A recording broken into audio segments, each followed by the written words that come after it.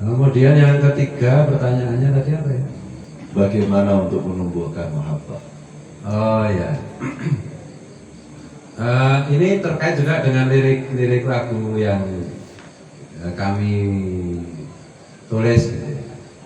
Jadi yang penting itu bukan kita mencintai Nabi, tapi kita itu mesti tahu, mesti memahami, mesti menghayati bahwa Nabi itu mencintai kita. Gitu loh. Nah, cinta Nabi kepada kita itu seperti samudra, seperti laut, seperti lautan. Cinta kita kepada Nabi cuma setetes air saja. Nah, itu. Jadi bukan kita mencintai ulama, tapi ulama itu mencintai kita. Bukan kita mencintai para wali, enggak. Para wali mencintai kita. Jadi pembicaraannya di situ. Aku cinta wali enggak relevan, karena cintamu sama wali itu enggak ada apa-apanya dibandingkan cinta wali kepada diri kita, dirimu kan itu. Ada modusnya, Gus. Gimana? Kalau cinta sama wali ada modus. Apa? Pak Wali, gimana saya bisa nikah? Kalau wali cinta kita kan nggak ada modusnya. Iya betul. Nah, hakikat kewalian itu sebenarnya kan begini, semua wali kutub itu kan sebenarnya adalah personifikasi atau perwujudan dari Rasulullah itu sendiri kan. Maka kita ambil contoh lirik lagu Manaqib Guru Sekumbul. Yang saya ambil itu bukan sejarahnya beliau bisa terbang, enggak. Tapi setiap malam doa-doa kau panjatkan, air matamu berderai laksana hujan, kau mohonkan ampun bagi semua makhluknya. Kau mohonkan kami bahagia selamanya. Itulah hakikat kewalian. Wali itu kan kekasih Allah. Orang itu dikasih Allah karena mencintai makhluk Allah. Seberapa besar cinta seseorang kepada makhluk Allah, ya segitulah cinta Allah kepada dia. Irhamu man fil ard yarhamukumullah wa man bisama, kan itu. Jadi hakikat kewalian itu bukan pengetahuan, bukan ilmu, bukan amal, tapi cinta. Sebagaimana hakikat Rasulullah itu adalah cinta itu sendiri. Gitu loh. Jadi banyak syarat sunat, tapi nggak ada cinta kasih kepada sesama, ya nggak ada gunanya. Maksiat terus, ya memang kurang ajar namanya. Kan gitu loh. Maksiat terus tapi penuh dengan cinta kasih kepada sesama, ada nilainya. Bahkan ayat-ayat makiyah itu kan sebenarnya kewajiban orang beriman itu, satu, beriman kepada Allah dan Rasul, dan kedua berbuat baik kepada sama didasarkan pada cinta kasih. Fawaidul lil musallin alladzina hum sholatim sahun, dan seterusnya. Bahkan orang sholat pun, sholat itu kan simbolisasi dari doa, dari ritual beragama. Itu celaka kalau nggak mau menolong, nggak mau menyayangi dan seterusnya. Itu ayat-ayat makiyah 13 tahun. Belum ada kewajiban sholat, minum-minuman khamr, narkoba belum haram. Kemudian apalagi? Wah, yang biasa kita lakukan ini belum diharamkan itu. Dan sahabat Nabi itu dilarang minum oleh Nabi. Itu ayat Al-Maidah tentang larangan khamr itu tahun keberapa kenabian? Tahun keempat Hijriah. Keempat Hijriah. Berarti 17 tahun menjadi murid Rasulullah baru haram minum khamr. Itu gurunya Rasulullah, muridnya para sahabat, muridnya terbaik, gurunya maha guru terbaik. Itu aja 17 tahun. Jadi kalau gurunya cuma Kang Maul, ya mabuk ya 70 tahun ya apa-apa. Gurunya cuma Kang Maul. Terus. Ini humor loh, jangan cocok tenanan kan gitu. Yo tenanan ya apa nih kan. Jadi hari ini itu kita itu kadang-kadang dihadapkan pada fenomena ganas kepada hal-hal yang tidak penting, tapi tidak tegas dalam hal-hal yang penting. Dan itu wama arsalnaka illa rahmatan lil alamin dilupakan. Yang diurus-urus itu cuma warung, kalau Ramadan harus tutup, gitu-gitu aja. Orang mutu belas gitu. Menurutku loh. Nah, menurut mereka mutu banget ya apa, karena ya mereka mungkin nggak sampai. Jadi bahkan dalam satu pembicaraan itu, dosa itu yang tidak diampuni itu kan cuma musyrik, itu ya. Dan kemudian dosa orang yang bertengkar, hak adami kan. Maka pernah suatu ketika almarhum Kiai Hamam Ja'far itu bilang, dosa itu yang perlu kita waspadai itu cuma musyrik dan dosa sosial. Dosa-dosa yang lain itu kita istighfar tidak istighfar itu Allah Maha Pengampun. Seandainya kita mati masih bawa dosa banyak banget, ya tak?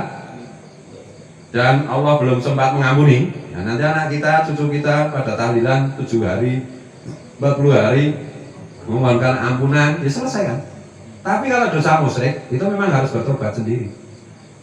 Nah caranya dosa menghilangkan musyrik itu bagaimana? Ngalaikum bil istighfar wa kalimah la ilaha illallah kan gampang banget.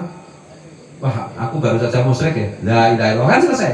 Aku baru saja murtad ya, la ilaha illallah kan sudah Islam lagi. Gitu loh. Makanya ada ustadz itu jangan takut murtad. Kalau murtad ya tinggal syahadat lagi kan selesai kan? Itu namanya menghina Tuhan. Loh Tuhan kok kamu samakan dengan dirimu yang pendendam gitu loh. Oh Tuhan itu nggak ada batasnya kok. Jadi nggak apa-apa, makanya Nabi itu kasih resep. Alaikum bil istighfar wa kalimat la ilaha illallah. Tapi kalimat la ilaha illallah istighfarnya juga nggak usah ditambah-tambahin. Bikin jengkel kan gitu. Astagfirullah, masya Allah, subhanallah, tapuk cangkemmu kan gitu. Ya diem-diem aja lah. Nah itu loh. Kecuali kalau lagi ketemu ustadz itu ya biar kita suci gitu. Tapi tadi ya ketemu Kamal ya astagfirullah kan itu loh. Kamal ya nanggapi masya Allah kan gitu. Habis itu tos kan itu loh. Kira-kira kayak gitu ya. Itu kalau mahabbah gitu ya. Jadi kita menghayati bahwa Nabi itu mencintai kita tanpa henti. Itu aja. Jangan pernah mempertanyakan apakah saya sudah mencintai Nabi. Jangan. Itu pertanyaan yang keliru. Pertanyaan yang perlu kita ingat itu Nabi selalu cinta kita, udah gitu aja. Meskipun kita kurang ajar kayak apapun, tetap Nabi itu cintanya tak berkurang. Nabi itu mencintai kita melebihi ibu kita. Kalau ibu kita normal loh, kadang-kadang ada ibu juga punya bayi dibuang ya kan, itu namanya ibu nggak normal kan. Nabi itu mencintai kita lebih dari siapapun. Nah kalau kita menghayati seperti itu, otomatis nanti mahabbah itu akan tumbuh. Gitu loh. Kadang-kadang orang itu ini soal poligami ya, karena tadi ada yang tanya juga di luar itu gimana teknik poligami. Saya itu bisa poligami itu karena cintaku sebenarnya sudah habis untuk Rasulullah. Gitu loh. Asal ngaku kayak gini loh. Ngaku-ngaku roh ya, apa sampai kan Nabi wis seneng ini. Mbangane ngaku-ngaku ora.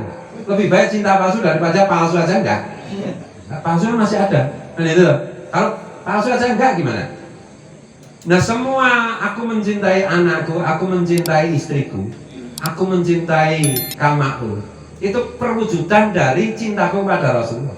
Seandainya Rasulullah menyuruhku, wahai Fuad, bunuhlah Makul, tak bunuh.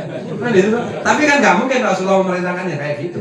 Rasulullah kan memerintahkannya kan cintai Makul, kan gitu. Kasihan dia, istrinya baru satu kan gitu. Gitu loh. Dan tidak ada cinta kecuali semuanya itu sumbernya dari Rasulullah.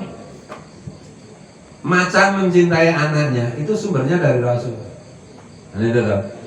Dan seterusnya dan seterusnya. Jadi kalau kita misalnya ya suami istri saling jatuh cinta, saling mencintai, itu sumbernya dari Rasulullah. Semua ini kan dari Rasulullah kan diciptakan. Semua pesona, semua keindahan itu kan dari Rasulullah. Semua cinta.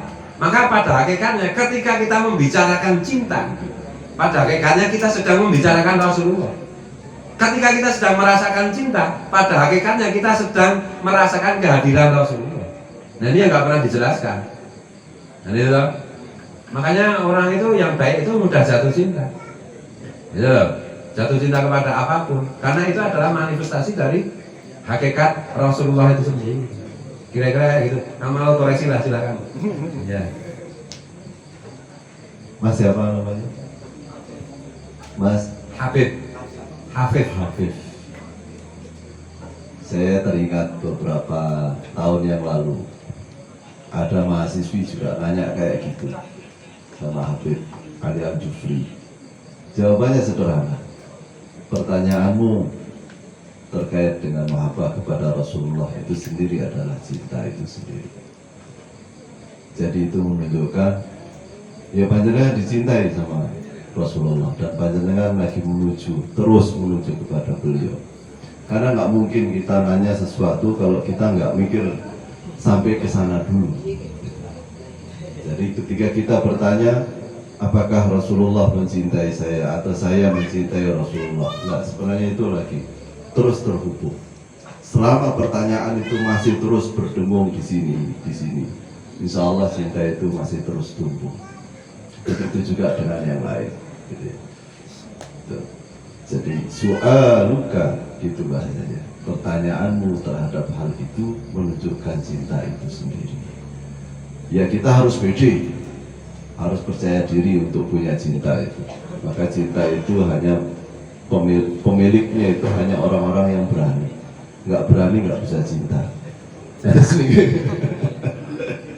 Termasuk tadi ya, memang gayeng itu kalau sudah poligami itu ya butuh keberanian ya. Baik, sudah ada 3, tambah 3 lagi. Insya Allah setelah itu kita ada sesi terakhir. Saya nanti minta dari Gus Fuad mungkin bisa sedikit kita ini diguyur. Ya mungkin ada nasihat atau renungan atas ini.